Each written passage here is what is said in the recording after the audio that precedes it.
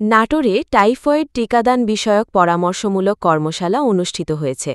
শিক্ষা প্রতিষ্ঠানসহ কমিউনিটি পর্যায়ে ৯ মাস থেকে ১৫ বছর বয়সী সকল শিক্ষার্থীকে অন্তর্ভুক্ত করে নিবন্ধন কার্যক্রম অব্যাহত রয়েছে।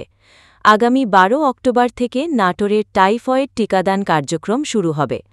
বৃহস্পতিবার সকাল 11:30টায় জেলা প্রশাসকের সম্মেলন কক্ষে শিশু, কিশোর-কিশোরী ও নারী উন্নয়ন সচেতনতামূলক প্রচার কার্যক্রম শীর্ষক প্রকল্পের আওতায় এই কর্মশালার আয়োজন করা হয়।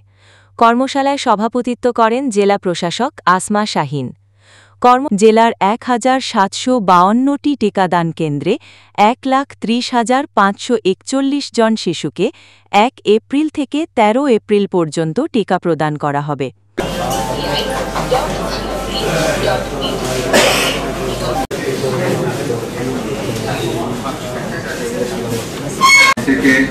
দূষিত পানিবাহিত একটি রোগ,